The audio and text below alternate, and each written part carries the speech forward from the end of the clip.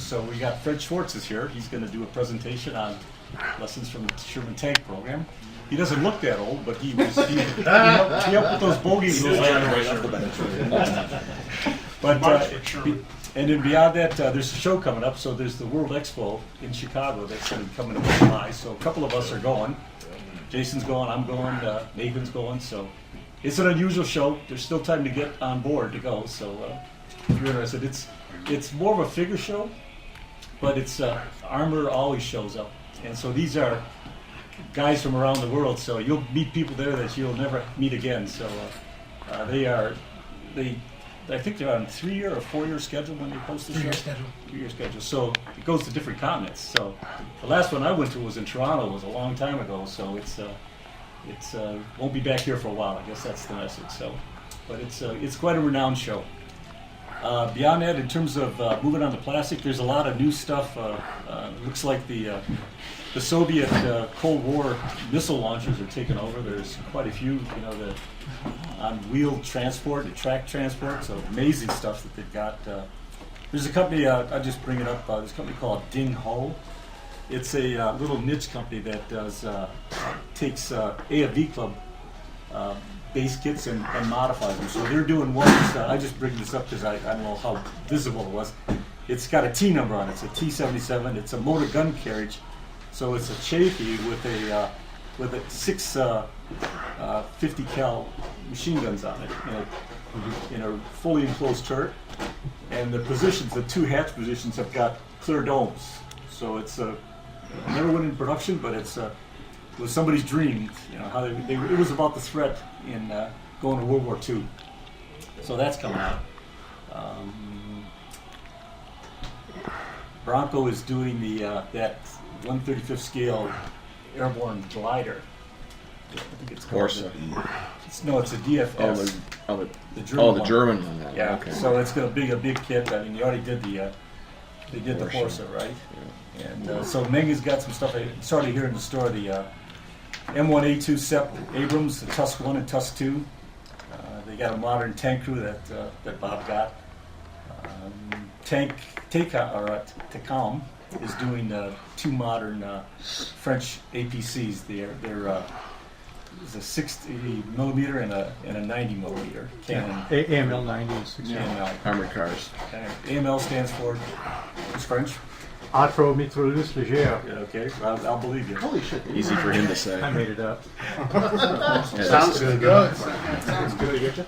There's a company that Bob's already had, so it's called Thunder Model, and so they've done a couple of agricultural tractors, but they're doing a whole line of Hetzer Burger Panthers, so Burger, recovery vehicles, so late and early, so And Scamels. Scamels are coming too. Scamel tank transporter, the Scamel prime mover, and the Scamel wrecker. And they're going to be way cheaper than the IBG Scamel record that just came out. That's like probably here would be around $70. It's around 90 plus retail. And the Thunder one, which Bob's got on order, are probably going to run on what you say, 50 or 60. Another company I think it's 55 actually. Another company that's a player is Def Models. So I just saw they're going to do a decal sheet. So they're going to do the tank company from Fury. So other companies have already done that. They've done, and so they'll scramble the Fury name because they don't want to get some copyright thing. So you'll find the F someplace on the decal sheet. And I think Ascura just did a Fury, right? It's got the timber logs on the side. Did you see that? So it looks like the one that was in the movie. I'm looking at you, Kevin. So did you see? Yeah, I think Larry did that setup. Okay. And then Task has released some stuff that has the logs and all that other stuff. Okay, So so you I'm can calling kind them of Ascura because I thought they changed their name when they moved from. They're now Ascura. Asuka. Azuka. Yeah, So it used to be Tasca. Task is now Azuka. Yeah. So they did a version. So, but anyhow, Def Model, who's done just aftermarket resin, is doing this decal sheet. So you can do all 5 of those vehicles. So you can do Fury, Matador, Old Phyllis, Lucy Sue, Murder Incorporated. And what I thought was unusual about the movie, maybe many of you probably already saw it, is they had the tank name on the gun tube. And I didn't see that in a lot of photographics that I've seen. That was not, probably more modern times, but not in World War II. They put it on the hull, but they had them on the gun tube. So Yeah, I've never seen one on a gun tube in World War II time. so it's a Hollywood, right? They got a The only thing I've seen on a gun tube is the 14th Armor put their units unit. symbols up there. But other than that, and plus they did such a sloppy job, paint running all over the place. It's like, it's terrible. Yeah, but these other ones are just the same way. So they got a decal sheet now, and they also are doing the Tiger 1.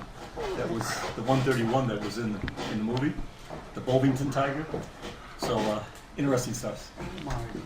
So just talking about Fury a little bit longer. So I was looking at it, and probably some of you know this.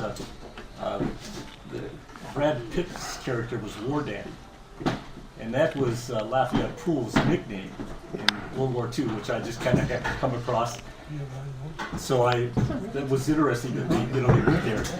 But if you saw the movie, and if you got the DVD or the Netflix, there's a bonus section, and they talked about how they got them ready. You know how sometimes one of Jim's favorite characters, Dale Dye, will get these guys ready for the to a boot camp. Yeah, it's not a camp; it's a cover. So, but they went through a training program to get ready to ride these tanks. So, in part of the segments of the making of, they got World War II U.S. tank crew members, and they got them together with the crew, that unruly crew. And you probably, from the movie, you probably saw some pretty savage, some pretty gruesome stuff that humans can do to each other. So they got them together in a room, and they got all the cameras out, and they just had them interact with each other, to share, to get the World War II veterans to share their thoughts, about what actually went on, so they could put that into their character and portray that. So the movie was a big hit. It tripled the box of what it cost to make it. So it was interesting from that standpoint. What I found interesting was that everybody got a nickname, and so, but they didn't you don't get to pick your nickname. I worked in a plant, and so plants are like a little city, and everybody knows each other, and they got all the vices and all the virtues of a small city. So, but you get a nickname when you go in. You don't get to pick it. So it's just, and they're usually not very becoming. So they kind of size you up. They see you, and your size and your demeanor and your look, and so you get a nickname. So that was kind of like it in the movie, So the newbie, they were kind of, they called him Machine, but the guy I liked, the actor, John Bergthal, they called him Coon's Ass, that was his, and he didn't mind it. It seemed like it was okay, but I wonder where that War Daddy came from. Then I went back and looked, and I wonder if they went into Belton Cooper's book, and because the insides of these things, after there's been some fatalities and what have you, it seemed like it came right out of that book. It was bad. So I think Fred's going to maybe touch on some of that. I'll touch on both Cooper's book and Fury. Good, appreciate that. So yes. Now the tracks on the Fury tank in the movie, they were post-war though. I think. Yeah. I don't think they had that track at that point in time. No. I mean, they're struggled with this production cost. This movie cost $68 million to make, and you wonder why. But those five, that tank company, each one of them is different. Yeah. So there's a reason for that, right? So these were the runners that they could find and paint up and put names on them, because I think there'd be more uniformity in a tank company. But yeah, you wouldn't have. Generally, they were by engine types for maintenance and logistics. So you wouldn't see A1s mixed in with A3s in a particular platoon. Yep. So there's one of each in this five Plus, vehicles. you wouldn't have. They had A1s. They had diesels. They had Now they referred to the Pitt character as Top, but he was a staff sergeant by rank. So unless they hadn't catched up stripes-wise with him, and that, I don't know if that would have been possible, And I don't know what Lafayette Poole's like, but he was the tank ace in World War II, right? He claimed he had 250 kills, which is a huge number, and had a number of tanks shot out from underneath him. Finally got. You mentioned War Daddy. Now, War Daddy was a tank in North Africa. It was actually a name. Yeah, it was. There was a tank called War Daddy. Okay. And then Lafayette Poole's tanks were called In the Mood. Yeah. Yeah, but when I read up on Lafayette Pool, that was his nickname. You know, that's how he. By his individual nickname. It was his individual nickname. Yes. It was Wikipedia, so if you believe that. Well, it's Wikipedia. Yeah. Well, these guys were carrying what, Thompsons, M3s, and and then Pitt's carrying the Sturm 4.4. Which seemed a little odd, but he Didn't won. make many Sturms, thank God. I guess that's But probably. it's a big weapon to be carrying in and out of the tank hatch, right? It's a. There's an old History Channel episode where they interviewed the guy that was in that It's first. called Dangerous Missions. It was made in 2000. This little Belton Cooper. It was a third armored. That's what he's saying. It's Yeah. a dangerous mission. So It has a lot of junk in it. So, it's interesting to see the story how they attempted to take on this Panther. So I think one of the reasons why Panther had some issues, the Pershing fired 2 rounds through the buildings at it. So it didn't know where the fire. It didn't know where the fire was coming from, and then they maneuvered to get down to that street, and then he blasted him when he, those 2 point But shots. at that point in time, how experienced was the crew in the Panther, I wonder? Pardon me? At that point in the war, I wonder how experienced the crew in that Panther was. Probably not very. It's like, wasn't that in the Lorraine battles? That was the big problem. They had all those, they had great Panthers and everything, and they just, the crews were all real novices, and they just kept, opening them up. Not to diminish what the Americans did, but By October of '44, and increasingly was they didn't have fuel to train on, to train the vehicle, to run the vehicles for training. So they usually got about a week's training on how to drive and how to gun, go to the range and they would fire a few rounds and that was it. And so they just had no experience when they got out there because the fuel had to go forward to the troops. They couldn't expend fuel in training. That was the big killer on them. So what's intriguing about this story is you see so much of the sides of the story. We don't have as much information about exchange of fire like this. So, but that's on Facebook. That's where I found it. Just Google that, and you'll find. Authors come forward with material for him to print. However, MMIR he did not buy from back. So that is up in the air. So Dennis won't want to hear that. there was a number of other publications. His visual histories were Right. also quite good, and but anyhow, just a change. So, anything else anybody want to bring up?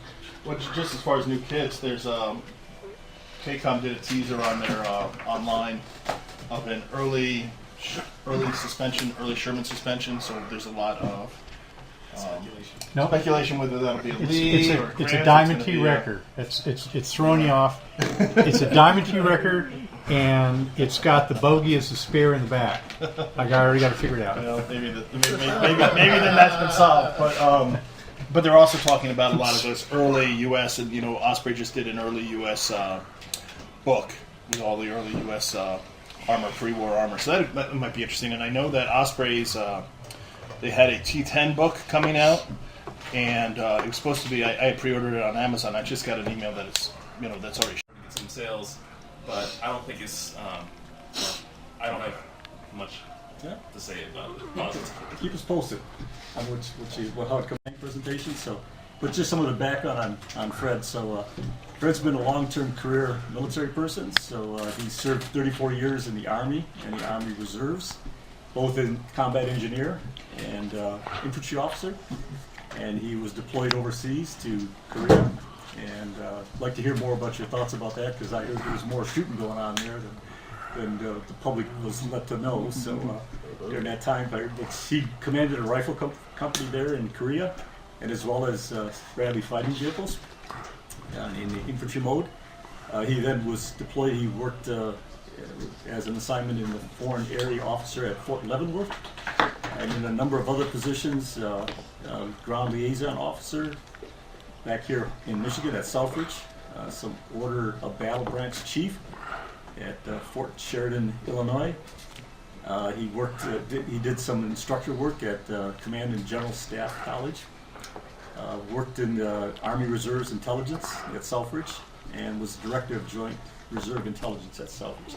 So he retired as a colonel in 2011, and then from there he must have been some overlap. You worked at TACOM. I worked at TACOM while I was in the reserves. Yeah, so he worked at TACOM here at the Detroit Arsenal as an intelligence supervisor, and he retired in 2015. So, and more recently, maybe most noteworthy, last weekend he was ordained a deacon for the St. John's Apostle Anglican Church in Clinton. So, congratulations, Fred, on your God save the team. All right. Good afternoon. A little background on this. As already come out, there's always been some controversy over the Sherman tank, especially since Belton Cooper's book came out and Fury, and now a third book. And there are some conventional wisdoms that the Sherman tank was a Ronson, it burned, it was lousy, and all these things. And so I set out to kind of see if that was true. And I used the analysis techniques that we use for threat analysis when supporting an acquisition program at Tachna. And did the same thing where we did what is the most likely threat, what is the most dangerous threat, and then what was called stoplight charts to see what the threat would do to you at certain ranges and or whatnot. We use these in the Stryker program, in the Abrams program, Future Combat System, which was kind of the reason why Future Combat System wasn't fielded. And all kinds of combat vehicle programs. So it's a tried and tested method. And I looked at some other aspects of the Sherman tank, and then I made this briefing to kind of teach my team who does this how it could apply to an actual program, and how maybe if it was done during the war, maybe some things would be different, or maybe not. And we'll see how maybe it might have been impossible to actually change some things in the Sherman program. I don't want to interrupt, but I see the data on that. So this was in 2014 that this was the second time I gave it. I actually gave it in. No, maybe this was 14. Because I also gave it at the museum about that same time frame. This would be like the third time I delivered it. Second time to the civilian group. So there was no program manager Sherman. They didn't call them that back in the World War II days. I did that because we did this at TACOM, and all good program managers have a pretty picture. So, okay, some things to keep in mind as we go through this. You got to remember what the state of U.S. Army tank development was in 1939, and in just 5 years later, what it was like in 1945, and how much happened, and what happened in those 5 years. Let me tell you, in the world of acquisition, 5 years is tomorrow. It is not a long time. Acquisition programs take over 15 to 20 years sometimes, from concept, where they decide they need something, to the point it gets to the troops. That's during peacetime. In war times, it's extremely accelerated. Yes, we've had some programs that were short, like the Stryker program, but that was an already existing vehicle that we pretty much bought off the shelf and then changed it to fit the U.S. Army's needs. But when you go from ground up to an actual vehicle, it takes a long time. And we had no experience, really, developing tanks in 1939. Very little experience developing them. Also, understand the rapid change in the threat from 1939 to 1945. You went from the standard anti-tank gun in 1939 was a 37 millimeter. By the end of the war, they were developing 90 and 100 and 105 millimeter guns and stuff. So there is a big change in just that short time. The tyranny of time. What do I mean by the tyranny of time? Well, once you see that there's a problem, it takes time to solve that. Remember, by the time we got feedback what was happening on in theater, the battle was still going on, and that influenced the ability to change, or should we change? Okay? You had to make that decision, because all you guys that worked in industry know, when you go to produce something else, what do you have to do? You have to completely retool the factory, retrain people. That takes time. And while the war's going on, you don't have it. Second, what is the doctrine of the military force? Doctrine means how a force fights. You have to have a doctrine in order to build something. And then in order to build it, you have to train on it. And you have to be able to supply it. So the doctrine has to be established before all those things can happen. And we had a doctrine in 1941 when the war started for us. And we'll take a look, was that doctrine correct? And how did that doctrine actually influence the tank? Also, the United States was pretty much the only military force that had to deploy throughout the world in World War II. No one else really had to do it. The Brits sort of maybe, but we did most of the heavy lifting in the Pacific. So the United States had to go in two directions, and it was all overseas. everything we did was overseas, so we had to put it on board a ship to get it there. And that had a big play in a lot of things too. What is the enemy of good enough? Perfection. Perfection. If you try to make things perfect and the best possible, you may never get it. Good enough sometimes is the way to go. And I will submit to you, in World War II, that was the attitude we took for industrialization of the war effort. Good enough. And people are going to die. Okay? There is no such thing as a fully survivable vehicle. We try. We have tried very hard with like the Abrams tank and whatnot, but guess what? It still gets killed on the battlefield. Physics comes into play. Okay? The other thing was that for between 1939 and 1945, we had to do rapid mobilization. In 1942, the Brits were screaming for tanks. They would take anything from us, which is why they got the grant. Soviets too. Yeah, and we had to go from like zero production of tanks to producing a couple thousand a month. So that alone caused a lot of problems. And here's, I think, the last one that everybody forgets. The Sherman was on the offensive most of its career. When you are on the offensive, you are moving, you're out in the open, and you're exposed. And Duggan defenders can kill you. I went back and I looked. The loss rates of German tanks when they are on the offensive is just as high. Okay? Because when you're on the offensive, you have to put a bunch of numbers out there. The general rule of military doctrine is at least 3-to-1. Your force power has to be 3 times greater than the enemy in order to have a chance of winning. You really need 6 or 9-to-1 to be able to be successful. So it takes numbers. It's just like at Normandy. We knew Normandy was going to be bloody, so we put 50,000 men ashore knowing that 10,000 will get killed, but the rest will make it through. Okay? That's the hard math of warfare. Okay? So, I just had a thought. And when you're making that statement about the loss rates being similar, it's also interesting in that in those periods of the war, the Germans were fighting people that had tanks with better armor and better guns than they did, which was the same situation that we found ourselves fighting the Germans later in the war. But think about the heavy armor of the French tanks, better anti-tank guns, and then when they started going up against the T-34s and KV-1s in Russia in 41. So there's some more parallels there. Yeah, and an interesting thing is when you take a look at the French anti-tank gun was actually excellent. The 47 millimeter was a good gun. And you'll find it in this thing that anti-tank guns have more to do with tank losses than other tanks.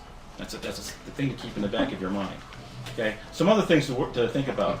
Don't think about one tank versus one tank. That's the mistake that everybody makes in this business. That's what the History Channel's mistake makes. That's what the movie Fury made the mistake at. Tanks don't fight 1 against 1. Video games love it. Okay? You fight 5 against 1. You fight infantry against tanks, tanks against infantry, artillery, combined arms. It's all a big orchestrated thing. You don't get out there mano a mano and have tanks charge across the cornfield and the best man wins. That was the worst part of that whole movie, in my view. But understand that. And the Sherman was not designed to fight a tank versus a tank. Okay? The first time the U.S. Army did that was with the Abrams, when they made the Abrams be designed specifically to defeat the high-end T-72s and T-80s. Okay? That was the first time the U.S. Army actually did that in design factory. Okay? Because we split it up between the infantry and the cavalry branches. And I'll talk a little bit about that. The U.S. Army did not really grasp how to make a tank doctrine until the war had started. And that played into how we would build our tank. So I will cover that. Okay. Another thing to remember, World War II was as much a strategic war of attrition as it was a war of operational maneuver. The people who could make the mostest and the fastest and get it somewhere were going to win World War II. And that's what happened. Okay. We outproduced everybody. If you add up everybody on the Axis side, we outproduced them. If you even throw in the Russians and the Brits to that, we probably still outproduced them. The United States alone. Our industrial capacity was humongous. Okay. At the end, these are the discussion points that we can talk about. So keep these in mind as we go through the presentation. shit, I didn't know there was going to be a test. Yeah, there's always a test. We'll talk about your question. How did doctrine influence the Sherman? How did resources and industrial capacity affect the development of the Sherman? How did the threat and combat experience affect the development of the Sherman? And you may be surprised there. Was the Sherman the best tank of World War II? And what can you learn from this program? Okay, let's get into doctrine. This is Roman Germanicus.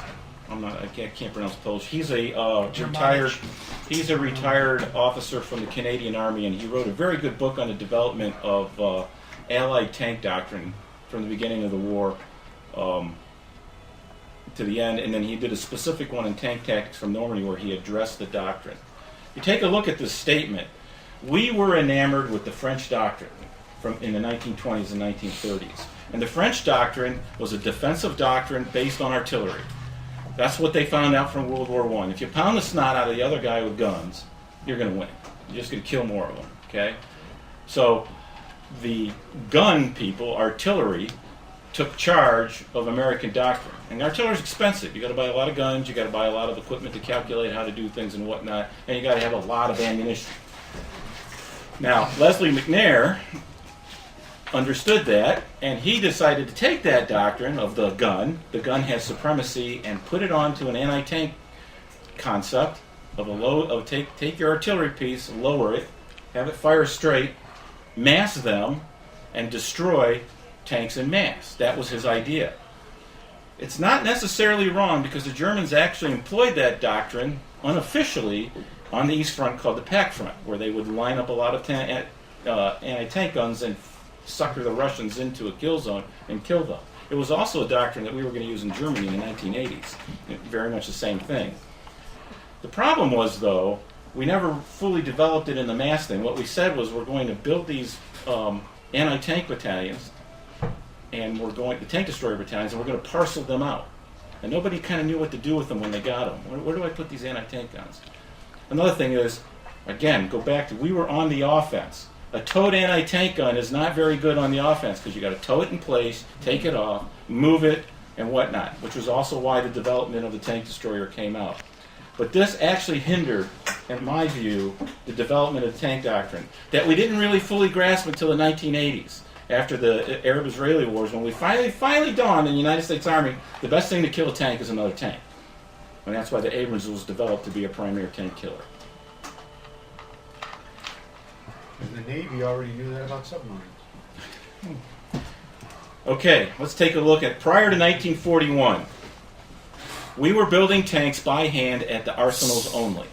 Rock Island Arsenal, you had a bunch of guys with a bunch of tools, and they were taking armor plank, they were bolting it together, and they were making tanks. They were doing it there and in Aberdeen. You were making, what, 2, 3, 4 tanks a month. That was it. And the second thing was we couldn't afford them anyhow. So we couldn't afford massive tank production. So we were not really building tanks in an industrial scale. Second thing, we had no armor branches, I already mentioned. Infantry and cavalry. Cavalry saw the tank as a light armored vehicle that could move fast and do what cavalry used to do, break through, exploit the breakthrough, mess up everything in the road, which is why we came up with the combat car, which ended up being the M3 Stuart. That's the development where that went. Ended up being a very inadequate tank for anything, okay, except killing infantry, which actually it was very good at in the Pacific. The infantry goes, wow, great, we'll build these things to have a big gun and support the infantry. And that's, so the doctrine was going in a way of tanks would support infantry or tanks would exploit. They would not fight other tanks, because Leslie McNair's tank destroyer battalions would do that, okay? So we lagged in all aspects of tank development. We didn't grasp what mobility was needed for tanks. We didn't understand what the lethality was. The Lee's main gun was still a 37, even though it had a 75 in the sponson. We just did not grasp what you needed to knock out another tank. And we didn't get survivability either. So we went into World War II with not a full concept of how to do tanks. The doctrine started going in flux, because when we saw what the Germans did in Poland and then what they did in France.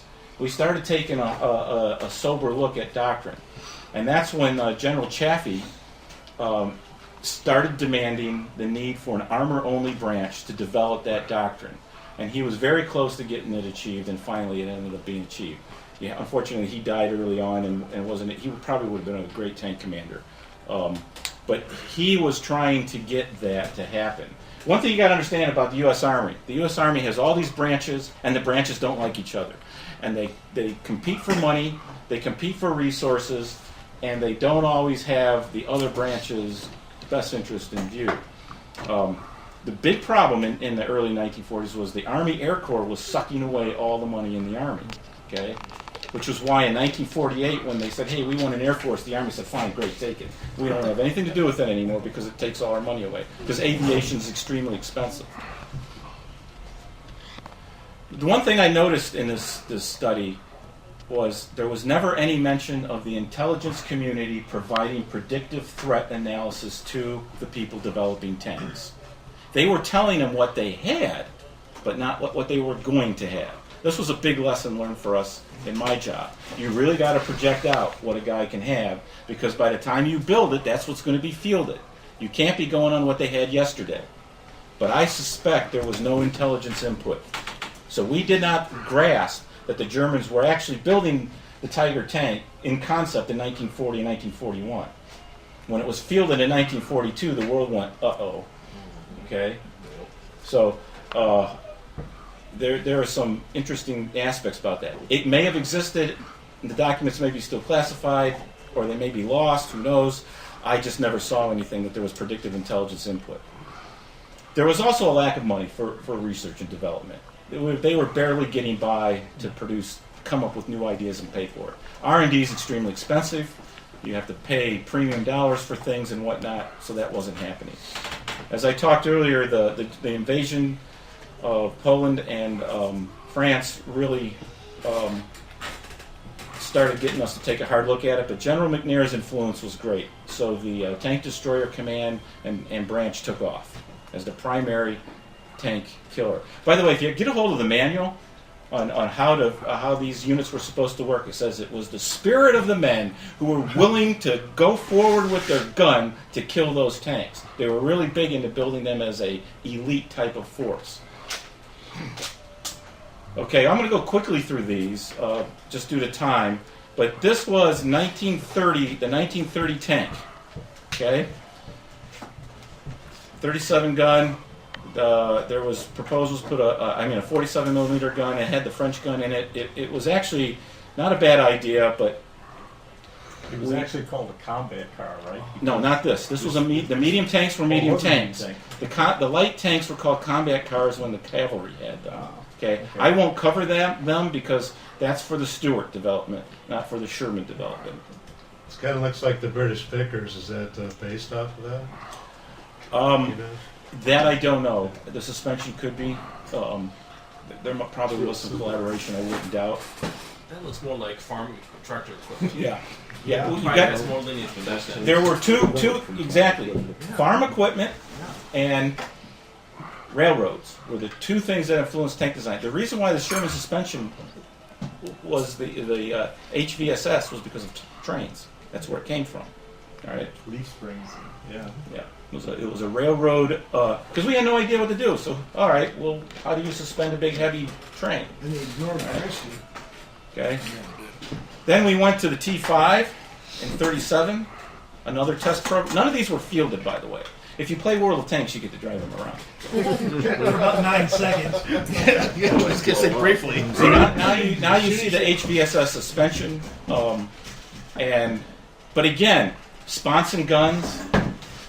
Machine guns all over the place. These were do-everything vehicles. The problem with a sponson and machine gun ports, they're vulnerabilities for armor. If you get hit there, you're probably going to get penetrated, as we later found out. Okay. Next one was the first fielded medium tank in the U.S. Army was the M2.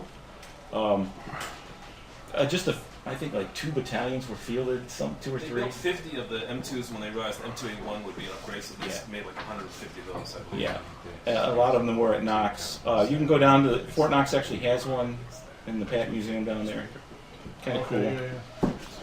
And then the really first full production medium tank was the Lee and Grant. We knew going in that it was obsolete the day it came off the line, but we needed tanks. The Brits said, oh, we'll take them. We don't care. There's actually some great stories of Grants later on in the war in the Pacific doing absolutely well. That 75 millimeter gun was still fantastic. The tank wasn't bad, but it wasn't good either. Good old American mobility and automotive parts. It ran well. It was easy to maintain comparatively, but it just didn't have the lethality in the right place at the right moment. The reason why we went with this design was they were having engineering problems developing the turret ring to support the turret that could hold the weight of the 75 millimeter gun. Okay, we knew that you needed that in there, but they had problems that had not solved, and they figured it would delay production, so let's put this tank, this kind of hybrid tank into production. A lot of pictures of those, in Burma, and the British used the hell out of some of those. Yep. And it's still a problem to today, right? That on the modern tanks, the turret ring is a pivotal factor, Yes. right? And you got to transmit power through that turret ring to the turrets. It is a very difficult engineering thing to do. Oh, yeah, the turret was way too small. Another problem with this tank was it had bolted on armor. So when the round hit it, the bolts would shear, and the nut and back part of the bolt would actually would kill crews. It would bounce around the side, kill them. I've never understood. We're in a hurry to produce these things. Why did we have two different turrets then? Because the Brits demanded one that could fit a radio. They wanted a cast. Yes. They wanted a cast turret, or they just no. They wanted their big thing was to have a radio in the turret. Okay. And that's why that turret was extended. Yeah. We had an extra dude. Yeah. Okay, well then I guess the alternate question is, why didn't they stop making the smaller turret? Because we had two different designs. The American specification was different. Yes. Okay. Americans wanted the radio in the And hull and an extra radio operator, and the Brits didn't. They wanted it in the turret. The Russian name for this tank was a grave for 7 brothers. That's because they didn't have Humphrey Bogart. Yeah. That's right. I just saw the John Belushi version of that the other day. But on the flip side, though, when the British used those in the Western Desert, it gave them a qualitative superiority, or at least in some cases allowed them to go up against the German formations on an even keel. And they were a nasty surprise when the Germans ran in the first time. The 75 gun surprised the Germans because they had nothing like it on the tank. Remember, they would have 50s on the Mark IIIs, and we will talk about that in the threat portion. And also the high explosive round of the 75 could very easy to deal with the German packs that were. Yeah, and we will also talk about that because there's a reason why the 75 was produced right up until the end of the war. There was a lot of these produced, and they were made at the Detroit Arsenal. Okay, Sherman development. Just a note, though, they were designed at the Rock Island Arsenal. Yes. Mm-hmm. Sherman development started in 1940. It was already on the drawing boards as the Lee was ramping up for production. The idea was to put the 75 gun in the rotating turret. It also had a bunch of machine gun ports in front. It had these 2 forward-firing fixed 30 calibers. They were really worthless. It had side hatches for the crew to get out. All those things that were ended up being eliminated early on in the program. Just note that it was June 1941 when they approved the tank and put it into production for test and test only. Okay? So, it fields in 1942. Remember, I said it used to take 10 years to do stuff. We're doing it within a year.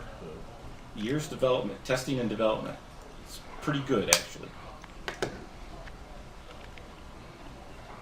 This is the what it looks like. Had a counterweight on the front. Is that what that is? Yes. It's not a multiplex, right? No, it's kind of a it was a counterweight for the breech. The interesting thing was it was going to have, you notice in the drawing, it was going to have that little commander's cupola with the automatic 30 in it. They ended up eliminating that because it made the profile higher. It's an interesting thing to see it come out. The first production was the M4. it was the Sherman. The people who named the Sherman were the Brits. The U.S. didn't name tanks. The Brits did it, and then it caught on with us. The Brits love this tank. When the Sherman showed up at El Alamein, it was the best tank in the world. In 1942, at El Alamein, the Sherman was the best tank in the world. It defeated everything that the Germans had, and the Germans were shocked at what came at them. Okay. There was also 105 versions. In each tank battalion would be, in the U.S. battalion, would be one platoon of 5 105 millimeter equipped. Those are for bombarding positions, enemy dug-in positions, and bunkers. Like in the high-produced tanks, although the M4A3 was actually the most produced. There's 2 versions. There's the M4A1 with the 75, and then the M4A1 76 with the long 76, and the W stands for wet. Wet stowage comes out in 1944. We'll talk about that later. One thing to understand about the 75 gun is, anyone know the history of that? What gun it is? It's the M1897. Yes. It's the French gun, the famous French field gun, turned sideways with a new breech, with a modernized breech on it. The United States was actually very poor in producing cannon. We actually bought a lot of French and British cannon throughout. And right now, the 120 on the Abrams is a German-made gun, so it tells us something about our ability to make cannons. But the great thing about the French 75, it was a very fast gun to fire. The reload was just very quick. You could get out a lot of rounds quickly. So that was why we decided to use it in the tank. There was programs that upgrade these with applique armor in the turret and in the front. There was originally direct vision optics for the drivers, where they would look straight out. They realized that was bad because machine gun rounds could come in and hit them in the head. So they ended up you'll see some M4A1s and M4A3s, the early ones, they'll have big armor blocks in front of those to block those out. They were welded on later, because then when they went to the periscope in the hatch. And then there was the M4A1 76 wet with the E8 tracks and the vertical suspension. We went to a wider track because we realized that one of the problems with Shermans was tactical mobility. The wider the track, the more ground pressure. The less ground pressure, easier to go in mud and dirt and whatnot. So that was a change. That's a late war change. But notice the model number of the tank didn't change. You'll see everyone say they'll call it an M4A1 E8. E8 is only an experimental designation before it was type classified as the M4A1 76 wet. It was exactly the same tank in the Army's mind. And what does the wet stand for? Wet stowage. We will talk about wet stowage.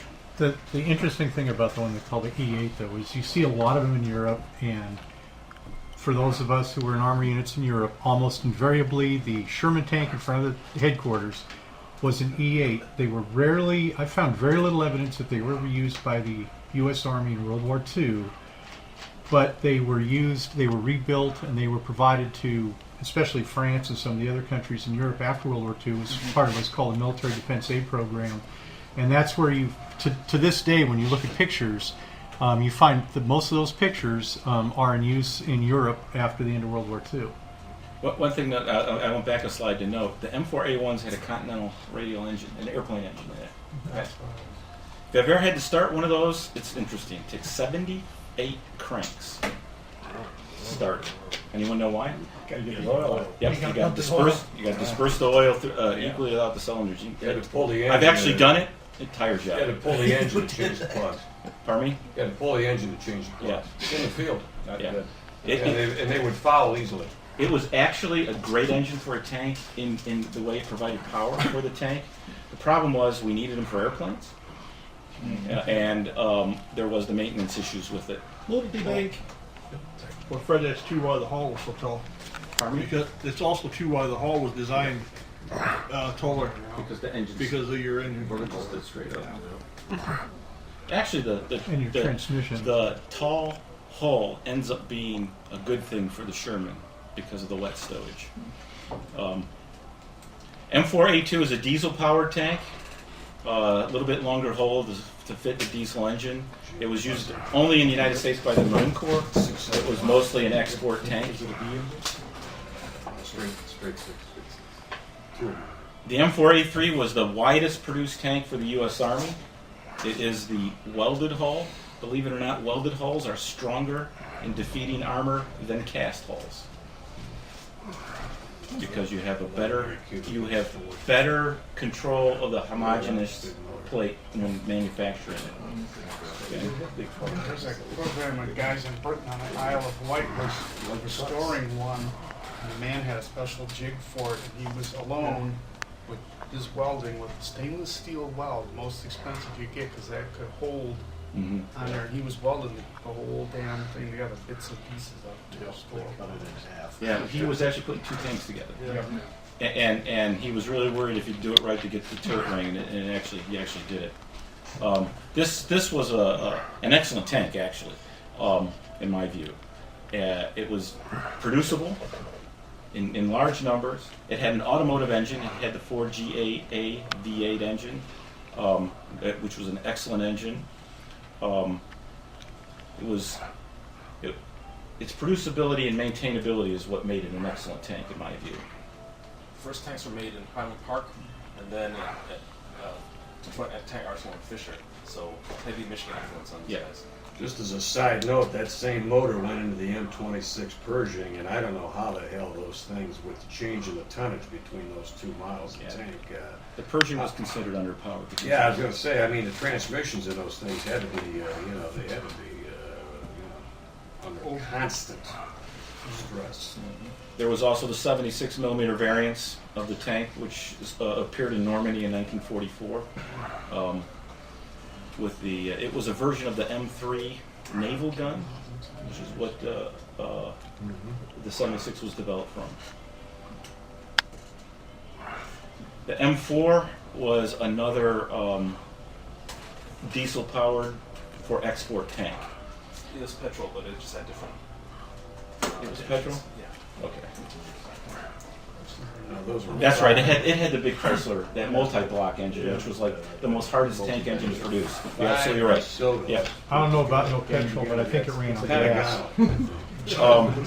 There were Firefly variants made of this, but Fireflies were made on all variants of the Sherman. That's the next tank.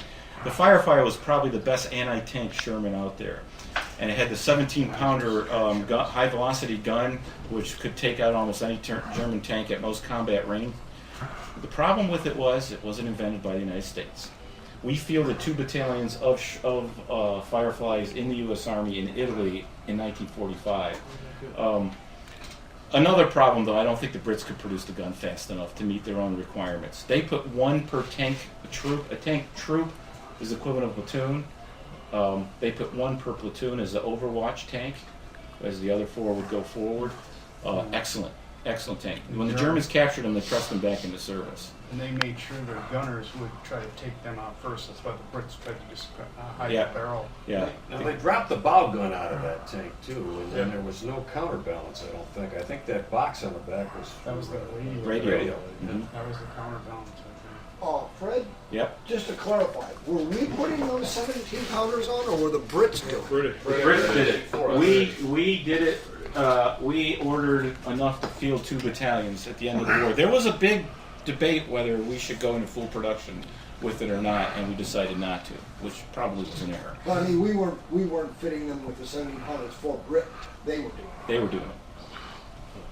Well, they probably shipped the guns to us and we mounted them. They were done in England. There was about 80 eventually completed, and plans to do more, but then there was no need for them, so it stopped at about 80.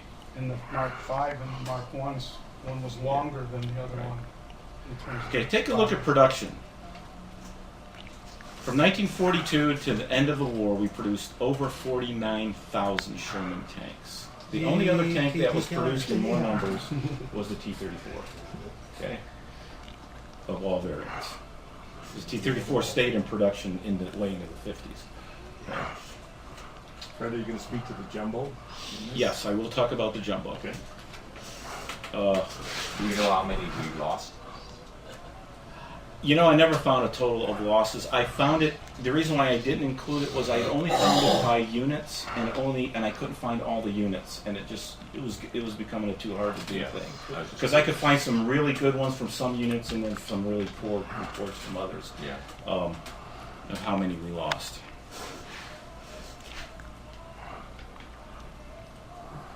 All right. The Ronson. The name alone is debated. Current conventional wisdom, it was a post-war application. You know, the Ronson was the famous cigarette lighter in World War II. First time, every time. And the idea of the Sherman being called that because the early Shermans caught fire very easily when hit, and they brewed up. They were also supposedly called Tommy cookers, but even that's being debated as if it was a real term that the Germans used. It was a problem, though. The Shermans did burn when hit, and the reason why was not what Belton Cooper said. Belton Cooper claimed it was electrical fires that caused it. He was wrong. It was simply the ammunition burn. The ammunition was in the sponsons, and when a round came, they were exposed. When a round came in and anything hit it, it set the ammunition off and the fire ensued. They didn't burn because they used gas engines. They didn't burn because of electricity. They didn't burn for any reason except the ammunition would catch. So it was for penetrations. It wasn't a sympathetic percussion, right? It was something would penetrate either directly into the ammunition or a spall would hit the ammunition was sitting right there. Like I would just store it and load it.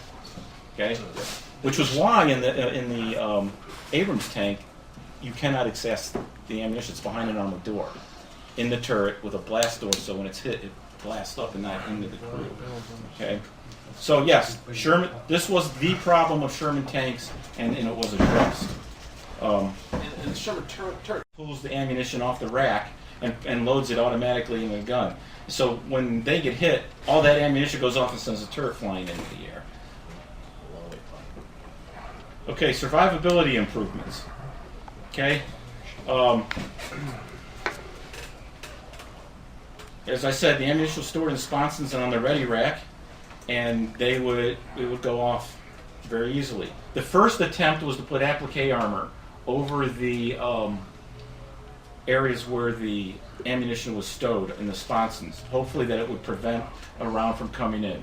It didn't work. We also had a great idea of painting a nice white star on that one that gave a nice aim point to the most vulnerable part of the tank.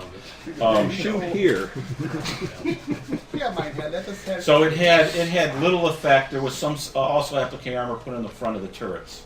The best solution was wet stowage. We took the ammunition out of the fighting compartment and put it underneath the soldiers' feet. And it had a compartment you could open up, and I'll have a picture of it here in a minute. And it was encased in an antifreeze water solution, so when a round come in, the fire would not get to the rounds quickly. Now, you still want to get your butt out of that tank. It's going to burn, but not right away.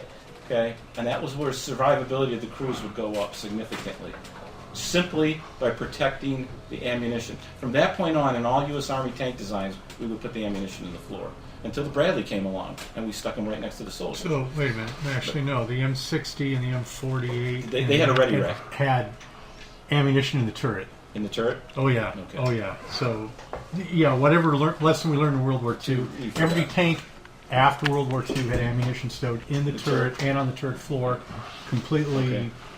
Yeah, for example, the M60A1, M60A3 had heat and sabot in the back of the turret.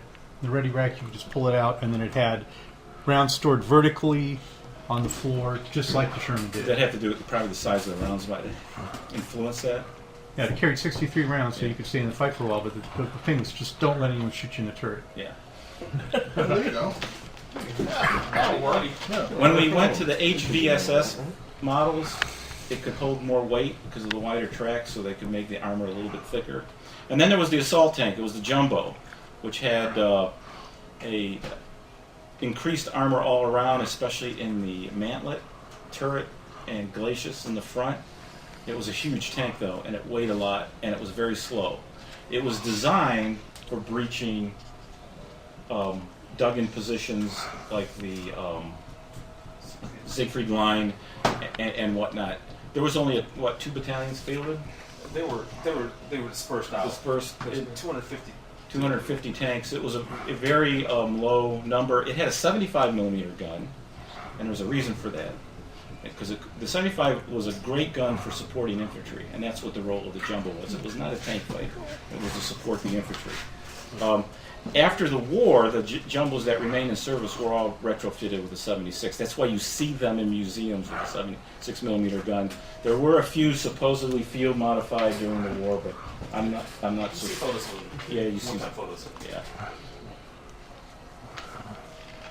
Then there was hillbilly armor. You see pictures of sandbags and tracks and extra armor plate. For the most part, that didn't do anything except make the crew feel better. And it looked infuriating. The problem is sand does not stop a high velocity round. Doesn't do anything to it. That round's going to go right through that sand and go right into the armor and into the vehicle. So it really didn't do anything. It might help against heat because it gives you more distance for the heat round to actually burn through. Was it any good against Panzerfaust? No, because the Panzerfaust penetration was so huge, it was going to go through the sand and the side of the armor anyhow. But it did hurt mobility, and it was not really a good idea. Here is General Patton used to yell at him if he saw him. I have that exact picture for you. Here we see the picture of the applique armor, and then you have the floor-mounted wet stowage. This is the gunner pulling out, or the loader pulling ammunition out of the floor. Are those in there on like an angle? Yes, they had to be. That's the only way they would fit. There's the field expedient armor. There's General Patton after chewing out one of the crews for he usually confronted them to their manliness of why they felt they needed to do that to the tank. But he was so against it because it hurt mobility and increased maintenance on the tank, and he was right. The great part about the Sherman was its operational mobility was it could go far between maintenance time. I mean, the reason why we were able to do the switch out of the attack towards the Lorraine and move north to relieve Bastogne was part and parcel because the Sherman was able to do things like that and make it with about 90% of the tanks. If that was a Panther unit doing it, less than half would make it because they would break down on the way. The maintenance capabilities of our tanks was much better. And then, when our tanks broke down, we could turn them around faster because we used our automotive ingenuity to make these a more maintainable tank. There's the Jumbo. There's the stats on it. Oh no, that's not the stat. I'm looking at something you can't see. The Jumbo was not the name given to it during World War II. That was from what I found, that was a post-World War II nickname. Charlie 6 was Cobra King in 37th Armor. Yes. Yeah, so that was the same outfit that went into Bastogne under Abrams, I think, wasn't it? Yes. That was the first vehicle. The Charlie 6 has been taken back to Fort Knox and restored. Yes. Yeah. Aren't you it following was that, a Roy? good bill set. Yeah. Aren't you following that? Aren't you on there? John and all these restoring? Yeah. Okay. As the war progressed, the German tanks were getting better and better. What was driving the Germans, by the way? The East Front. Everything the Germans did for their tanks was designed for the East Front. We had to come up with lethality improvements. One of the first things we did was go to the high velocity gun. Why does a longer gun allow you more velocity? Long time in the tube allows it better acceleration. Yes, there's more powder burning behind it while it's in the tube. But again, from a ballistic standpoint, that's not always true. It has to be accompanied by increased quality of the powder itself, because if you don't do anything to the powder and you lengthen the tube and you don't do anything to powder, you're not going to get an increase in velocity, maybe increase in accuracy, but not. And Aberdeen figured that all out. So yeah, there's ballistics is kind of the 17-pounder gun by the UK was a great improvement. We already talked about that. Another thing was ammunition. We came up with the high velocity armor piercing round, the M93, which was called APCR-T. The problem was, our doctrine was, who was the tank killer? Tank destroyers. Ammunition of the HVAP was allocated primarily to the tank destroyer units and not to tank battalions. As the war progressed on, they would get it, but they didn't get much, so saw limited use in Shermans. Most of it was in the tank destroyers and the towed tank destroyers at that. The Brits came up with the armor-piercing discarding sabot. Sabot means shoe. You put a shoe around the projectile, so you're getting all that power behind a large projectile, and you're putting into actually a smaller projectile, like a dart. And that dart would fly very fast and hit with a lot more energy and be able to pierce. That's what the main anti-tank round is to this day, armor-piercing discarding sabot. Fin-stabilized, though. It wasn't fin-stabilized then. 75mm gun Shermans did continue.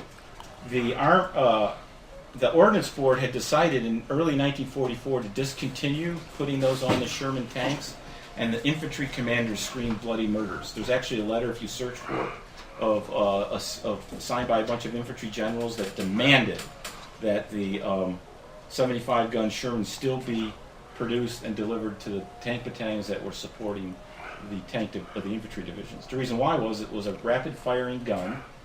It had more high explosive content in the 75mm round, so it produced a better explosion on the target. And rapid fire, you could put out a better smoke screen. Those were the two things that the Sherman provided for infantry.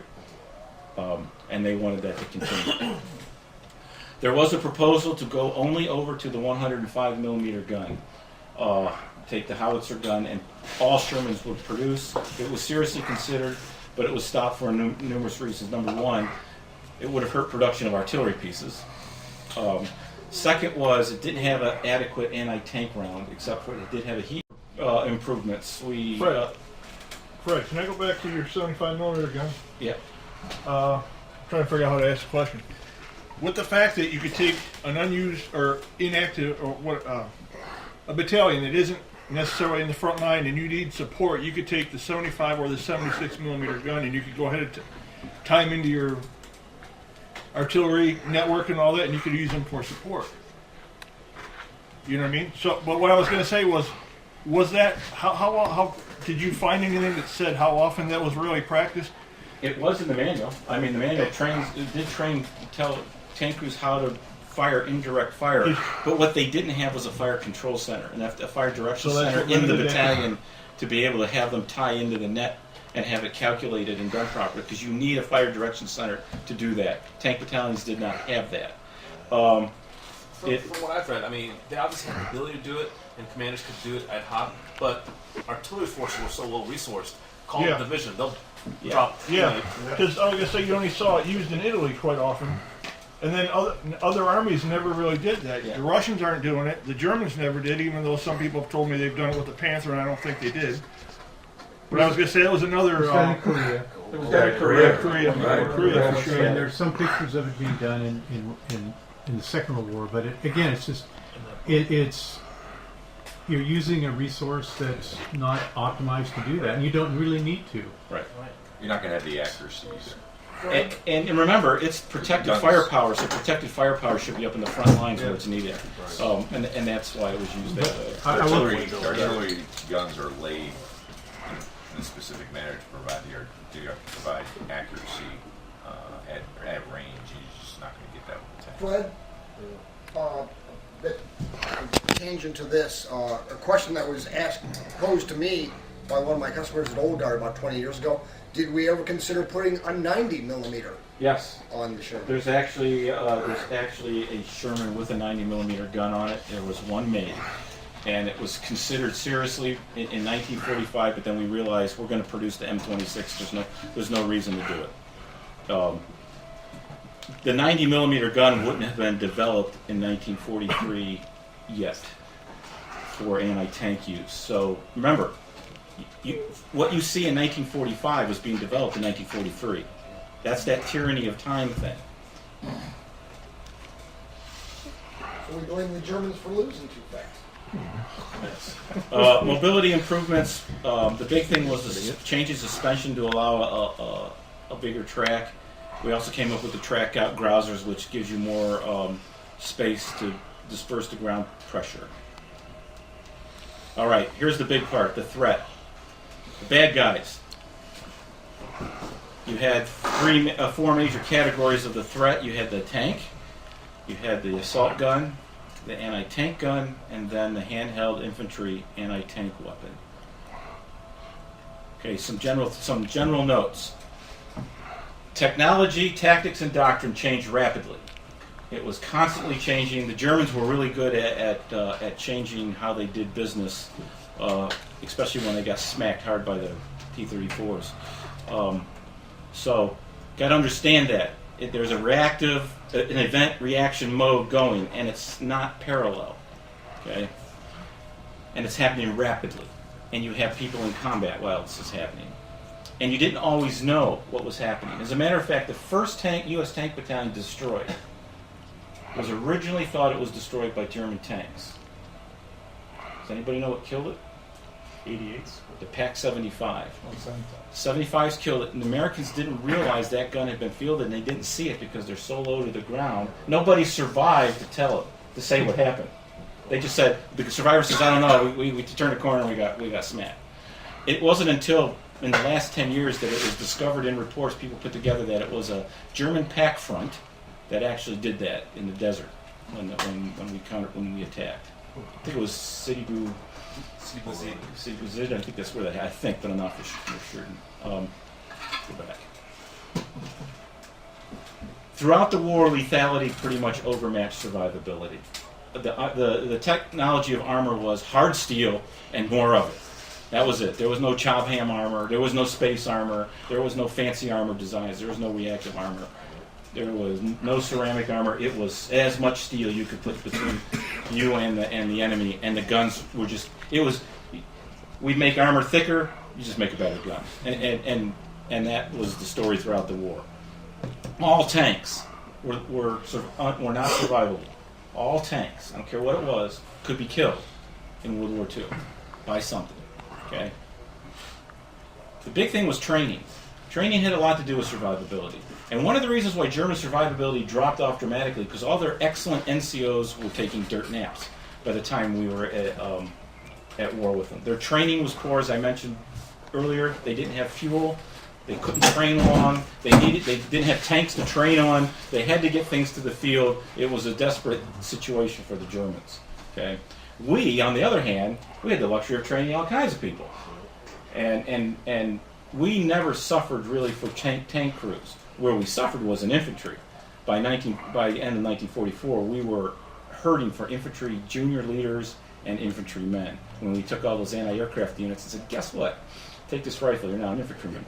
What was strange is that last year of the war, when the U.S. and Allied forces were in Europe, they had them on the run and retreating, but the losses were actually higher that last year.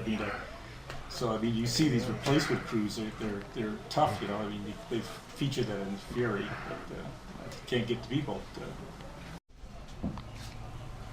The Canadian colonel says even in the desert they were only 500 meters on average, which is interesting because you had that wide open space and it was still. But you know, you have to kind of take that with a grain of salt because when you read some of the accounts of guys like Von Crisp and whatnot, the reason they were within 500 meters is because they would have to wait till they got within 500 meters because they knew their guns weren't effective beyond that. Mm-hmm. So, you know, it's kind of like which came first, you know, the horse. But even the Germans were engaging at 500, 800 meters. But again, they're 37 millimeter and 50 millimeter specials. Yeah. You're talking about the desert, in the desert. Yeah. So yeah, I would agree with that. Yeah, so that I would take. But again, even in Europe today, when you're talking about in the southern part of Europe, you're still talking postage stamp engagement areas. In the northern German plain, you can reach out and touch someone at 4,400 meters, but in the south, yeah, you may be 4, 5, 6, 800, 1,000, 1,200 meters. Okay. It's terrain driven a lot. Yeah. Is that optics driven too? Yes, that's another thing. We had poor optics because we used to buy all our optical glass from Germany and we couldn't do it. So we struggled to make good optical glass. The sights were nothing like they are today for everybody. The Germans had the best sights because they had Zeiss and all those good companies making it for them. But yes, the glass does have something to play. I'll tell you, trying to find a tank from 1,000 meters and beyond is tough. especially if it's well hidden in camouflage. Again, it goes to who was on the offense and who was on the defense. The defender's dug in and hidden. He knows the ground. The attacker's got to move towards him, and he's got to find him and move towards him. Note in the Pacific, the Sherman reigned supreme. It was an excellent combat vehicle in the Pacific because it did what it was designed to do: support infantry and exploit. Because there was one real tank battle, and that was on Okinawa, and the Japanese tanks were crap. So. Now, I don't discuss anti-tank mines, even though anti-tank mines they killed the most Shermans, or knocked out the most Shermans. That's throughout history. Tanks are lost mostly to mines than anything else.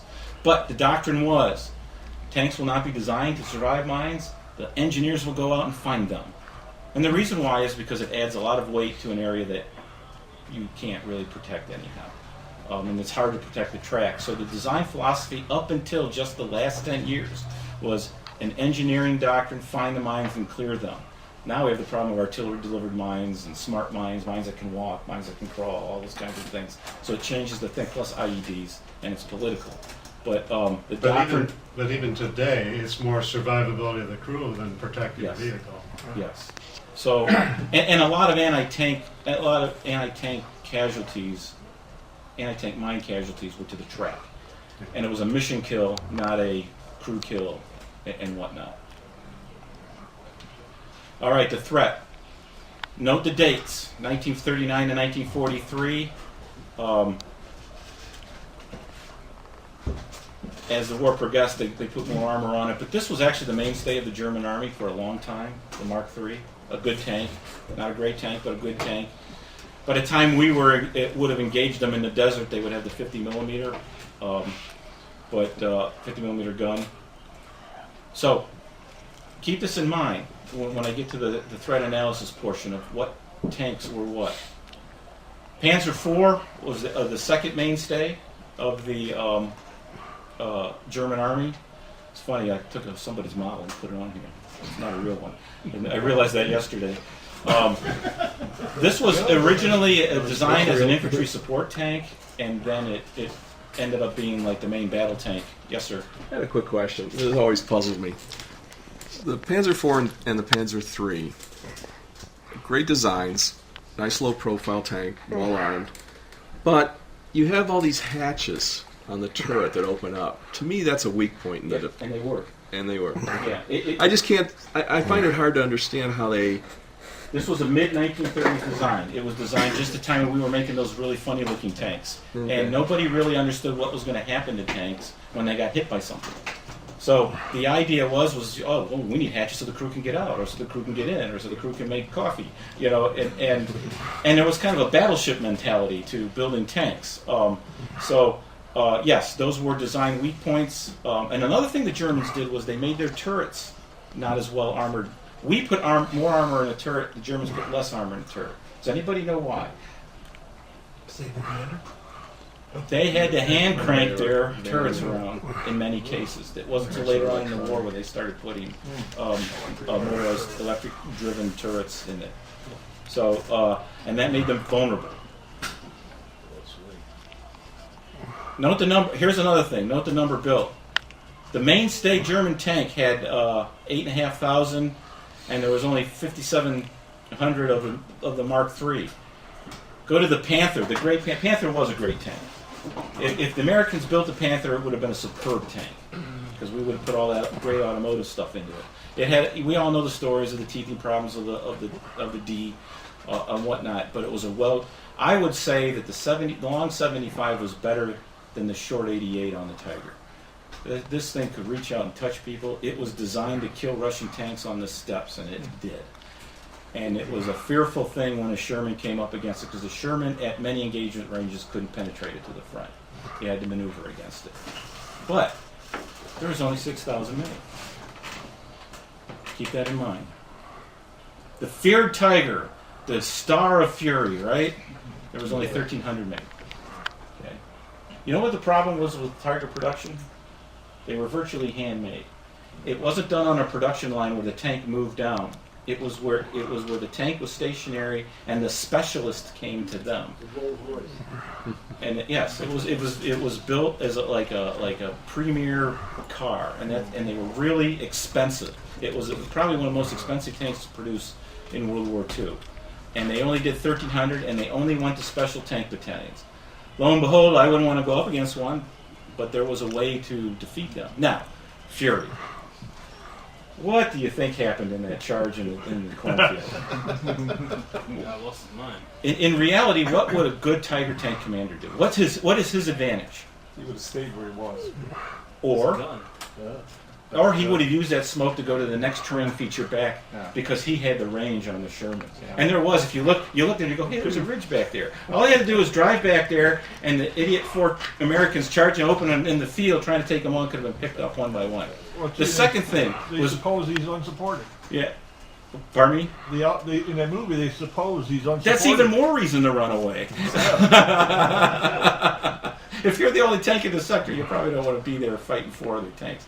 The other thing that I thought was funny was by the time War Daddy gets up there and he fires his 76, it's at, 100 yards? That would have went right through that Tiger.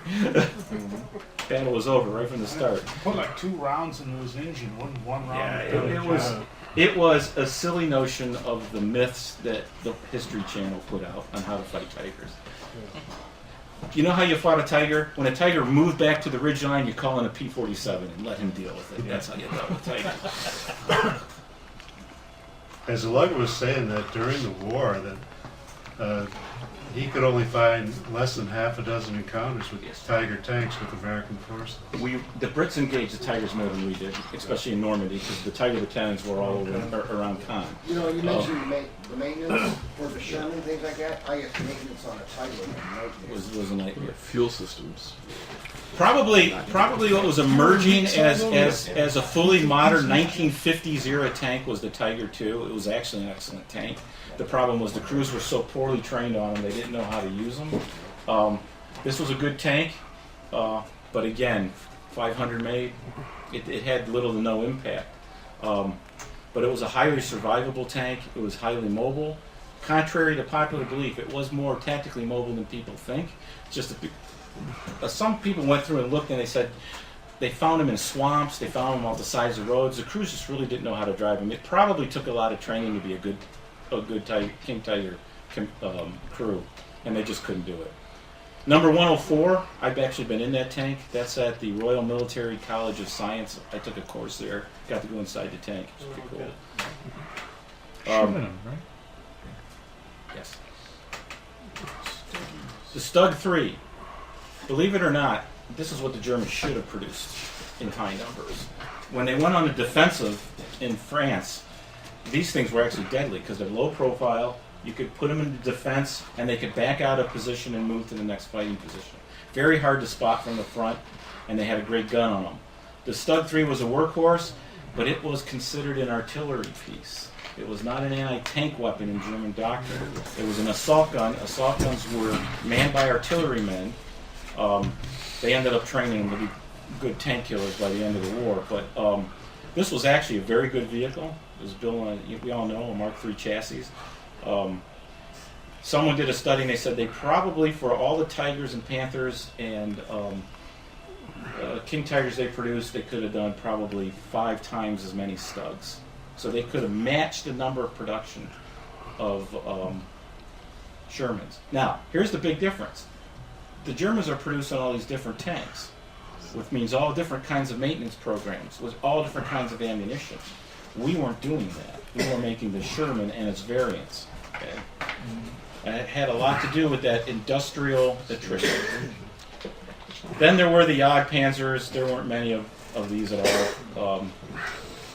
It was the German. These were mostly attempts to get a gun out there on some kind of chassis because you don't have to put a turret on it, so it's easier to make.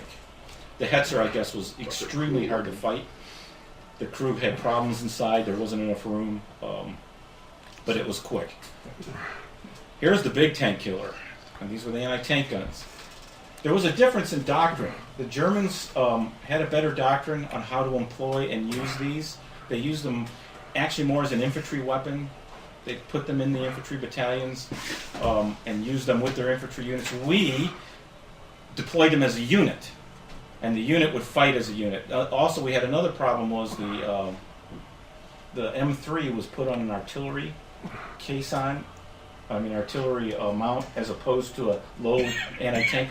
So it was high, and the crews could be spotted machines. Oh, were they lined up? The frontal assault against They're manned by stormtroopers. Yeah. I mean, the tank scene is plausible. That frontal assault against that pack front. I talked to the guy who was the U.S. Army advisor, and I said, "You actually let them put your name on that movie?" He said they would not listen to me. Kevin Farrell. He tried. He tried. He said he tried to get them to tactically deploy things right and everything, and they says now we're going for dramatic effect. So yeah. Then there was the infantry anti-tank weapon.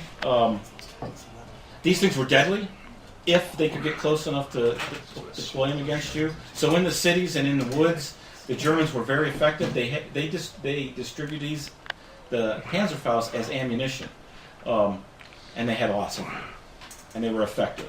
It was a heat warhead. It uses a molten stream to burn through the armor. There was nothing we could do to stop this.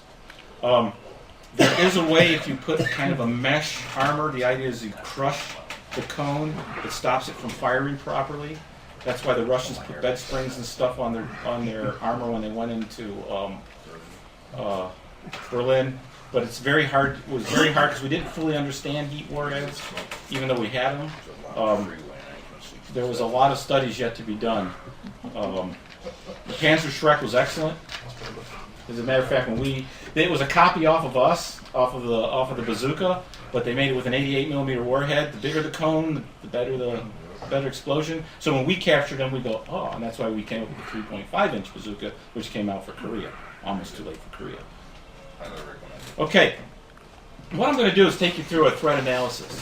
What we did in our business was we would try to tell the decision makers what is the most likely threat and what is the most dangerous. And then we'd go into more depth of saying, how much the most dangerous would be used. Because there's a tendency to want to design always to the most dangerous. Well, if you always design to the most dangerous, but there's only a 5% chance of seeing it on the battlefield, are you being efficient for your production and for your vehicle? Because if you put more weight on the vehicle, that means less gun. If you put more gun on the vehicle, that means less armor. And that all impacts on mobility. So a change in one impacts the other. So you got to come up with the optimum. We actually had a computer program that helped us figure out what the optimum was. And that took a big spreadsheet that took me 6 months to calculate. I used to do that. I actually did math. So this is the basic beginnings of that threat analysis. So what you look in 1941, in those categories of anti-tank gun, infantry, tank, and then there's a category of emergency tank, you will see what the most likely threat is. And I put emerging tank is because if you had good intelligence, you might see what's coming down the road. But I don't think we actually was doing that at the time. Okay? So take a look at what it was. The most dangerous tank was a Mark IV D and E with the short 75. That was the low velocity 75 millimeter gun, which was used for bombardment. Throughout, though, the most dangerous anti-tank gun would always be the 88. Until late in the war, there was a 128 developed. You've got to understand what was happening in Sherman tank development in 1941. Yeah, it was still in blueprints. Okay. So, 1942. By the end of 1942, the Sherman is in combat in the desert. Okay. Note the big jump in tank technology with the emerging Tiger. The Tiger actually shows up at the very end of 1942. It's first seen in combat in Tunisia in 1943. And now everything was developed on countering the Mark III and the Mark IV. Suddenly you have this nasty Tiger out there. But again, the anti-tank gun, the most common was the 50 millimeter. But the 88 was the biggest threat. What are you designed to? So you got to make that decision. This is something that when you do this tank versus tank mentality, you're not thinking of. This is the kind of consideration a designer has to come into play. Now, what happens? We designed the tank in 1941. It deploys in 1942, and it's probably the best tank in the world. Within 3 months in 1943, the Tiger shows up. So, how long does it take to make that change to combat the Tiger? Well, by the time we figure it out and we start building the T-26, right, which could combat the Tiger, when is it going to deploy? 46. 44, 45. At 46, realistically, it took the effort of a couple of junior officers to push through the T-26 to get in the test program to actually get it fielded. So think about that. There's that's that tyranny of time. So you're already geared up to produce a massive amount of Sherman tanks that are going to carry you to the end of the war, right? If you make the change now, what happens for combat in 1944? You have no tanks. See, this is the decision that we were faced with in 1942 and 1943. Do we change to a better tank, the best tank? What's the enemy of good enough? Or do we go with good enough? Plus, our doctrine was the tank really is designed to tanks. Leslie McNair is going to handle the Tiger, right? So that's how the decision was made to keep the Sherman into production. I mean, it's more complicated than that, but that's the basis of the production decision to stay with the Sherman tank. We'll just make it better as we can, and we did. Don't you think our doctrine really drove that, though? Because if you look at the Germans, look at all the different variants they were able to pump out very quickly. I mean, it's not that we couldn't have done it. We just didn't have a doctrine to fight it. The doctrine, but the other thing too is logistics, in that we could ship 4 Shermans or 5 Shermans for every T-26. Right. But so that was. I think that's part of our. I think that was part of our strategy. It is, and I think strategy Freddie did a really good job of summarizing all those different things. It's a multifaceted set of effects on that. But one of the other things is that in June of 1944, based on the threat assessment, the Sherman was good enough. It wasn't until we actually started to get into the bocage and started fighting, running into things like Panthers and Mark 4 F2s, and it was just like, okay, this is not what we thought we were going to do. So that's when I think it really slapped him in the face. And then, of course, did this have an effect? McNair dies in 44 during the breakout. Yeah. And after that, you start to see the T-26 start to gain some traction, get into, what was it, Zebra Project? Yeah, Zebra program, yeah. So to make it in, now the Centurion was a little bit behind it. That was arguably a much better tank, but it arrived too late. It got into Europe, but never saw action. It is you. We knew we were going to do an invasion in 1944, and we knew what the numbers were needed. Right. We also had to support the Pacific. Right. We had to produce that stuff in 1943, or get it going. So you're going to go with your 1942 design. You're not going to go with the 1944 design. Yeah. No, I agree with your analysis. I'm just saying if I think our philosophy and how we chose to fight the war. The doctrine has a big part of it because, as I said in the beginning, doctrine, you've got to come up with doctrine first to decide what you then want. Yeah. Can you get it? Can you train on it? Can you produce ammunition for it? Because it drives everything. And the doctrine did not change. We did not change the doctrine until 1946, when we went back and had time to sit back and go, what just happened? And actually look at it in depth with the right numbers and make a decision. And they said, you know what? The Tank Destroyer Command just didn't work. Right. Okay. 1943. And at the bottom, I'm showing what the Sherman events were. In 1943, now the German threat is really coming to be what it's going to be for the rest of the war. 75mm anti-tank guns, Panzer Schrecks, followed by Panzer Faust. Still, the Mark IV is going to be the mainstay tank. But the Tiger is now in the field, and the Panther is now starting to show up on the East Front. To Rock, to your point, the very last line on there, I think also speaks volumes in terms of ordnance orders the 76. It wasn't the armor branch did not order the 76. It was the fragmented nature of weapons development in the Army, which is another one of the impacts on that. Yep. Yes, the philosophy did not change till after. I'm not exactly sure when in the acquisition world it changed to a statement of needs, and the doctrine out of TRADOC, because TRADOC wasn't around then. When TRADOC would develop the doctrine, and from then the branches would decide I need this, and then the schoolhouse, and then you turn it over for production. Back then, ordnance goes, oh, you want a tank? We'll give you one. It still doesn't function the way it should. But no, I know. That's the discussion for. We're in Europe in the summer from then on. Now you see the most common to be that Stug 3, but it's the same ammunition that's on the Mark IV H. Because that's really, in my business, that's what I really would be analyzing. I'd be looking at the bullets that are coming to hit you, because that's how we can decide to defeat things. And that's a whole nother analysis. And now you see emerging tanks, the heavy hunting tanks and the King Tiger. And that's really our casualty surge. Is we get to Normandy, we get to Saipan at the same exact time. Yeah. So it's the casualty surge of the United States. Yeah, and we're getting hammered.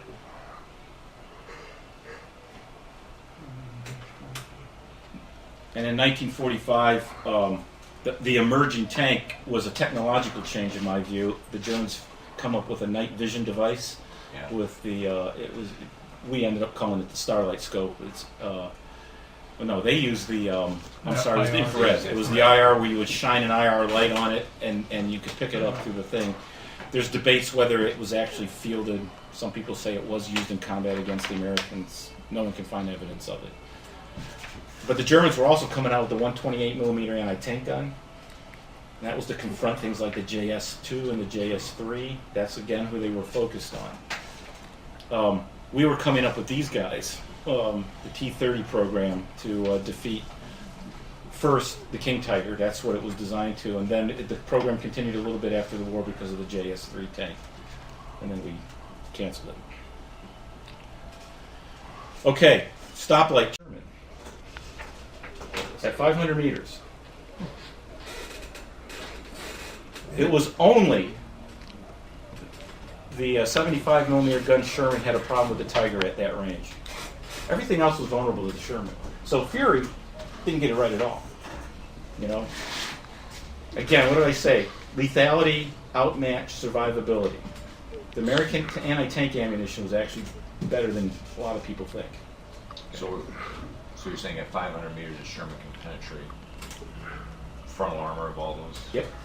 So there's some, at least I would argue, anecdotal evidence against that in terms of the Panther. Because my regimental commander, honorary regimental commander, 37th Tank, commanded Bravo Company 37th Tank throughout World War II. Mm-hmm. And Jimmy Leach? Jimmy Leach, yeah. So now there's official U.S. histories, the Battle of Bending and whatnot, which document that, but also talking to him, and he said with a 76 millimeter, putting rounds into the front slope when they were defending, first attacking and defending Bending, their 76 millimeters were bouncing off the front slope up till about 300 meters. Under 300 meters, they were starting to achieve frontal penetration. So, but again, it's sloped armor, the heaviest frontal 60-degree arc. That's the. This I took from actual studies that the Army did. So it's probably test data. Also, it's probably test data. I got to caveat this. This is V50. V50 means 50% chance. Right. Okay. Okay. V50 is this. It's a complicated formula, and part of it's still classified, of how you come up with penetration of a round against armor. That makes sense. And V50, that makes sense. Yeah. So V50 was the standard for if you could survive a V50 round, you're okay. There is V75 and there is V90 that takes more armor. Okay. But this was using the V50 formula. So you get that. It probably accounts for, because that means at 500 meters, I do 10 shots. Technically, 5 of them should bounce. 5 of them should go through. Okay. But it's interesting. The notion is, the common notion is just like Fury said. They drove right up to the Tiger and fired, and boing. Number one, our rounds don't really bounce. They shatter, or they shear, or part of them bounces, because they are going to go into that face harden a little bit. There's not a full face harden that can cause anything to bounce. How you can get it, though, was what the side armor on the German tanks. Do you know what that was designed to defeat? Russian AT rifles. Exactly. It was designed, the B-32 round of the Russian anti-tank 14.5 millimeter, and the idea was that was a capped round. It had a hard cap with a penetrator underneath it. The idea was and that was mild steel armor. It would shear the cap and blunt the face of the armor-piercing round, so when it hit the main armor, it was no longer pointy, and it would not be able to penetrate. And it actually worked, because the Germans considered early on the Russian anti-tank rifle to be the most likely threat to encounter, because the Russians had a bazillion of them.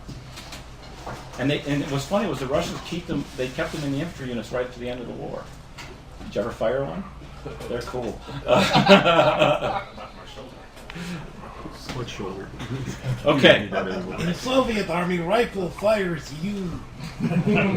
This is one of my favorite pictures. It's a U.S. Army tank battalion right at the end of the war in Italy. It's almost a good part of the battalion sitting there. You see like 4 different variants of the tank in that. There's even a M4 in that battalion, which is kind of funny. It made it through the whole war. This, in my view, after looking at this analytically, threat-wise, analytically, production, mobility, operational mobility. See, there's a difference. Tactical mobility is how well it moves on the ground. Operational mobility is how well it supports the operation, like moving to Bastogne in 100 miles in 2 days. The Sherman was an excellent tank at this stuff. I honestly think it was the best tank of the war. It won. Okay? It was on the winning side. The Panthers and Tigers were losers, okay? It won. What you got to add the T-34 somewhere? Korea proved that the Sherman was a good match for the So, you know, the thing is, you say that LeBron James is the best basketball player in the world, but did his team win the basketball championship? His problem is he needs a good second, and he doesn't have it there. He didn't have the support he needed.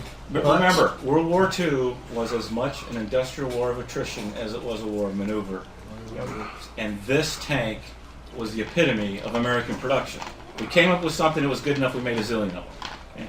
And it was fully supportable, and it was supportable throughout the world. You can't forget the Pacific. The Sherman was very important to assaults in the Pacific. I mean, the Marines loved them. A good comparison to that for Eddie's. The French tried to use. The war in the Pacific. And both of us agreed we will not see a war of World War II's magnitude again. When the economies are too intertwined, they won't support that. The lethality is so high that you can't sustain a war of that magnitude because of what lethality has about. Plus, nuclear weapons are going to come into play with it. I was going to say, to be blunt, I can't think of the fellow's name right now. The guy who did this on war, Dyer. Yeah. He's I mean, the most efficient way to take out an enemy armored division in the modern world is a nuclear bomb. Yeah. It's not your own armored division. So there's. Well, that's why our enemies have gone to terrorism and what we call hybrid war, where you do a little bit of real war and a little bit, and IEDs and all war is to achieve a political end. And they've gone back and looked. If you take the Americans on like this, they're going to slaughter you. Okay, we did that to the Confederates. We did it to the Germans twice. We did the Japanese. We did it to the Brits. I mean, you don't take the throw for 2. Yeah, you don't take the Americans on head to head, but there's another way to fight them that's quite effective. Now, what was more dangerous, being in a Sherman in the Pacific theater or the European theater? European theater. Yeah, but they were worried about the Japs just running. The Japanese had no value of life whatsoever, jumping right on top of a Sherman, putting a satchel charge on top of it. Yes, but those losses were not nearly as high as what you were getting hit by. And number one is numbers. It's a numbers game. There were a lot more Sherman crews to kill in Europe. So, but yeah, facing other tanks and facing anti-tank weapons is way much more dangerous than some guy running at you with a mine. Because hopefully the infantry guys will do their job in shooting. I had to do a big analysis of how to deal with the RPG-7. And I used to get up in front of the guys and say the best RPG gunner is a dead one. The old best Indian is a dead Indian. Kill him. Have your crews up and manning their guns and your infantrymen are guns. When the guy walks up to you, put a round through his head, he ain't going to shoot no RPG at you. But So let's take a look at some of these things. It was an operationally excellent tank, as I talked about, because of maintenance and deployability. The Sherman compared to the Tiger, you could put it on a rail car a lot faster than the Tiger. You'll take the Tiger apart to put it on a rail car. Those kind of things come into play. Tactically, it was excellent from the start, but it rapidly became just good enough, because there was some issues tactically with it. But again, if we would have went to best, we wouldn't have had any tanks, in my view.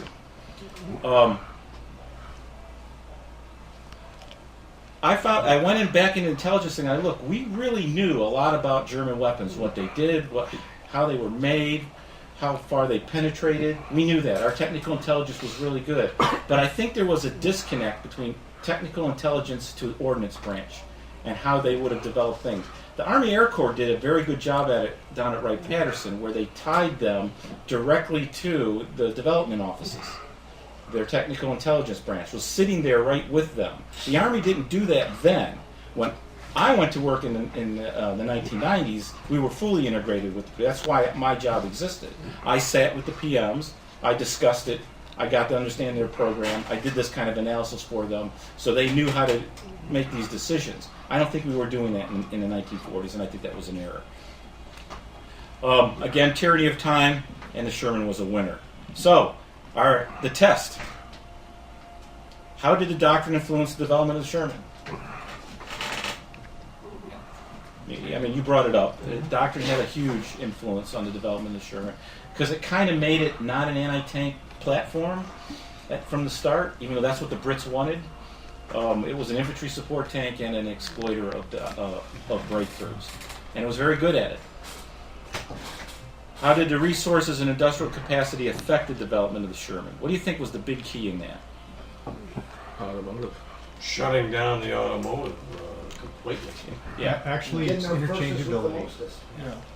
Our automotive know-how of making interchangeable parts, but also I think the great impact was we had no tank industry. You know how car dealers got such a bad reputation. It was right at after the close of World War II. There was not a car in a showroom for 3.5 years at least.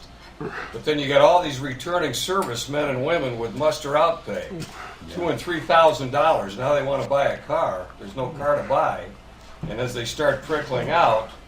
There was no window sticker back then either. So, I mean, they'd throw luggage in the back seat and say, you want this DeSoto, you got to buy that too. And I mean, like, it was, it was really an auction. The steering wheel separate. Yeah, and yet, I mean, that was the worst thing that probably came out of it. And yet, shutting these, swinging all this production over as rapidly as they did. I think with resources, I don't think it could be done today. If you look at, we had to build airplanes. We're building a massive shipbuilding program. Right. If you look at Germany, they didn't have to do that. We had to pour a lot of resources into just getting our equipment overseas. So that means the tank production is important, but you can't get full resources. Well, I had come across something many years ago that there's two big cranes down at the Port of Toledo. One's called Big Lucas, and Little Lucas. And Little Lucas is actually bigger than Big Lucas. They were built in the 1940s specifically for the M26 tank to be put on board ship. That's the kind of things you had to do. We had to get our stuff there. Everybody else pretty much just had to put it on a train. We had to put it on board a ship, and we had to float it across the You're talking infrastructure to support what we were doing, and we were able to react like that to these things, and that's a big reason why the Pershing didn't come into service earlier, was because the decision was made at the top. The government said, hey, we can get 4 Shermans for every Pershing we build. We're going to make more Shermans and field more tanks. This is more beneficial. We can put more vehicles in the field. So the dollars come into play just as much as anything else does. Well, it's what Kevin was talking about. We were doing all these huge things at the same exact time. If you go and read a guy like John Mosher, he's talking about the German army in World War II, and what crippled the Germans in the 30s, and why they walked into World War II kind of as a come-as-you-are army, is they were trying to build the West Wall. Right. And that's a singular project. The Germans weren't supposed to be doing anything, and yet the world allowed them to do all this armament, simultaneously. Kevin, the book Wages of Destruction on the German economy and how the German economy or lack thereof drove World War II, caused it to happen. I'm like halfway through this book and I'm like, these people that had no idea what they were doing and getting into. They ruined their economy in the 30s trying to do armament, and by the time the war started, they were not even economically near ready to fight a global war. And that's why they developed Blitzkrieg, was to do a fast war. And they got bogged down into a long, drawn-out thing. Well, you also had a leader who was basically nuts, running a country that was trying to fight a two-front war. Yep. And the biggest problem he had was he had this obsession with building this north wall. He wanted to be defended from the sea, from the Brits and what have you. And he dumped resources that could have been better used, incredibly better used, than dealing with that. Put that wall in the wrong direction too. Well, yeah. But ultimately, that cost them millions and millions and millions of dollars that should have gone into procuring more armor. But that was not. It wasn't the Atlantic Wall that they were building in the 30s. They were building their Maginot Line against the C3 line or whatever you ended the West Wall. Yeah, the West Wall. So it wasn't even the Atlantic Wall. That's even big. And I think the only way they pulled that off, unfortunately, was because they had all that slave labor. The look ahead. This reinforced the need for threat people embedded in a program in both developing the doctrine and in developing the actual pieces of equipment, because everything we did to improve the Sherman was reactive. There was no forethought. Maybe we ought to do this. One of the best things I've ever heard was the British development of armor was an unmitigated disaster in World War II. And one of the best analyses I've ever read said, when we had the time, we didn't have the money, and we had the money, we didn't have the time. Yep. I think there's no when the homeland is not being attacked, you don't have the urgency to accelerate like the Germans did. They kept upping their technology in a short period of time, whereas our guys are sitting back in the United States. They're not getting bombed. Yeah, separated. There's. Plus, I think there was also a certain sociological element. I remember someone said, when you talk about the Americans against the Germans, he said it was the technicians versus the tinkerers, and the tinkers kicked their ass. You said the wrong thing. Okay. No, I mean, I'm sorry. Not you said what you said is correct, but from a sociological standpoint, the other thing you got to take a look at. The great sociologist Max Weber said you cannot understand a sociological construct unless you understand the social milieu in which it developed. So the same thing is, what are all the other things that affected this? At the same time all of this is going on in the development and whatnot, the economy of the world is going to absolute crap. We've just had World War I, the war to end of all wars, so there's no need to develop weapons. And oh, by the way, when the time is to develop weapons, then the economies don't support it. So when you look at this whole thing, I mean, you have to look at all of the effects of that. What was the world situation at the same time? So, like I said, man, you go down the road sociology. I got to go with my man Max. But in the 30s, right? It was airplanes, right? It's just like in the 50s, it was nuclear. War II. You guys decide. I like it. According to History Channel, it was in the top 10. Yeah, but Tigers were cooler. But they're just green. Yeah, Tigers were cooler. Well, thank you, Fred. Yeah, they're You're not welcome. colorful at all.